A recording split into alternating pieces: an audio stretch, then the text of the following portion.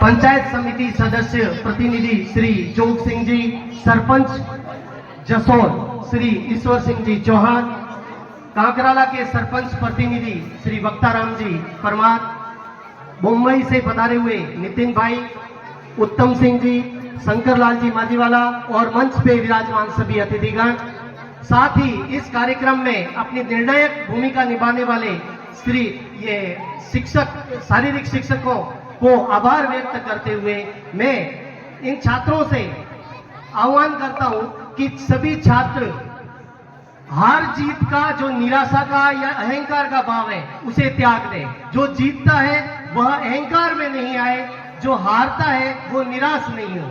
क्योंकि आपने अगर निराशा का भाव आपके जहन में भर लिया, आपके दिमाग के अंदर निराशा छा गई, तो उस निराशा को हमारे यहाँ दिमाग से निकालना बहुत ही मुश्किल होता है। एक छोटी सी कहानी है जिसमें एक बच्चा होता है, एक परिवार मान लीजिए जैसे एक बच्चा है तो उसके मम्मी पापा है और एक उसकी बहन है। वे एक परिवार में 4 सदस्य हैं। अकस्मात उसके पिता की मृत्यु हो जाती है तो बच्चे के दिमाग में आ जाता है कि कहीं से उसने सुन रखा होता है कि 3 तिगाड़ा काम बिगाड़ा।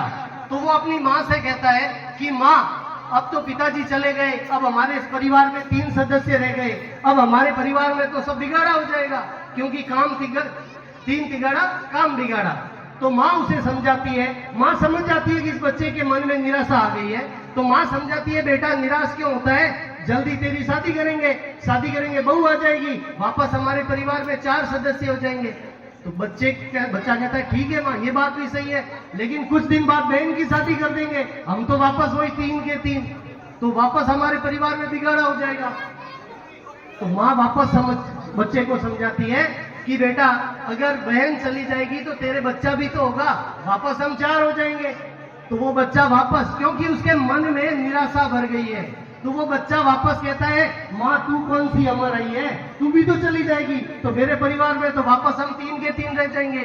तो कहने का मतलब है अगर आपके मन के अंदर निराशा भर गई तो उससे उबर पाना बहुत मुश्किल होता है। इसलिए आप हमेशा सकारात्मक सोचिए, सकारात्मक दोस्तों के साथ चलिए, सकारात्मक विचार अपनाइए। जो नेगेटिव बात आपको कहता है उसके साथ आप कभी भी खड़े मत रहिए। अगर सकारात्मक सोचोगे तो आपका भविष्य उज्जवल होगा। एक कबीर का दोहा भी याद आ रहा है, मार्ग चलता जो गिरे ताको नहीं दोष, कहत कबीरा सोता रहे मार्ग चलता जो गिरे ताको नहीं दोष, कहत कबीरा सोता रहे, सिर करड़े कोस।